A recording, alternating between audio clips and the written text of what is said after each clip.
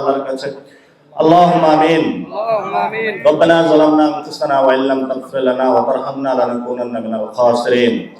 হায় আল্লাহ, আপনার নিয়ামতে ভরপুর এই নিয়ামতবাসীকে নিয়ে আমরা এখানে হাত তুলেছি আপনার দরবারে।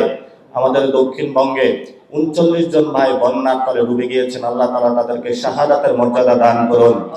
হায় আল্লাহ, আপনাদেরকে শক্তি সাহস দান করুন যাতে আপনার এই গজব থেকে আমরা মুক্তি পেতে পারি এবং বন্যার যে ভয়াবহ নির্যাতন আমাদের উপরে নেমে এসেছে, বাংলাদেশের সরকার পক্ষকে তৌফিক দিন যাতে করে বাংলাদেশের মানুষকে তারা হেফাজত করতে পারে। আল্লাহ, যদি সরকার হেফাজত করতে না পারে, এই বন্যার বানে যারা তলিয়ে যাচ্ছে, আল্লাহ আপনার নিজ কুদরতে আপনি তাদেরকে হেফাজত করুন। আল্লাহ, আমাদের অসংখ্য ভাইকে ২৪-এর গণ অভ্যুত্থানে শহীদ করা হয়েছে, আল্লাহ তাদেরকে শাহাদাতের মর্যাদা দিন। হায় আল্লাহ, তাদের পথে আমাদেরকে শহীদ ওসমান হাদি ভাইয়ের মতন আজাদের ডাক দিয়ে ইনসাফের বাংলাদেশ গড়ার তৌফিক দান করুন। হায় আল্লাহ, যারা ৭১-এ শহীদ হয়েছিল বাংলাদেশের জনগণের জন্য, আজাদের জন্য, যারা ৪৭-এ বাংলাদেশের আজাদের জন্য শহীদ হয়েছিল, তাদের পথে আমাদেরকে রেখে তাদেরকে শাহাদাতের উচ্চ মাকামে স্থান দান করুন।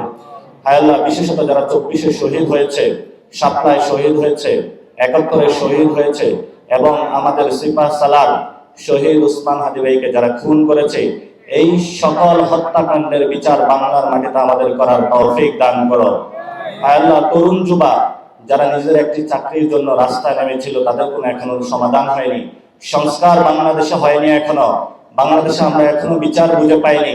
হায় আল্লাহ, আলেম ওলামা যাদেরকে গত ১৭ বছর লাঞ্ছনা করা হয়েছে, হায় আল্লাহ, আমাদের মা বোন যারা একটি চরম নির্যাতনের মধ্য দিয়ে বাংলাদেশে যাচ্ছে, যারা অর্থনৈতিক অব্যবস্থাপনার মধ্য দিয়ে যাচ্ছে, আমাদের সবাইকে তৌফিক দান করো যাতে বাংলাদেশের সকল তরুণ যুবা ঐক্যবদ্ধ হয়ে বাংলাদেশের যে কাঙ্ক্ষিত মাকসাদ সেই জায়গায় বাংলাদেশকে নিয়ে যেতে পারে। আল্লাহ আল্লাহ, পরিশেষে যেটা বলবো, চট্টগ্রামের যে আযাবটা দিয়েছেন, এই আযাব থেকে আমাদেরকে দ্রুত মুক্ত করে দিন। আমরা অনেক গুনাহগার বান্দা, বাংলাদেশে আল্লাহ আমাদেরকে আপনার পথে নিয়ে যাওয়ার তৌফিক দান করুন।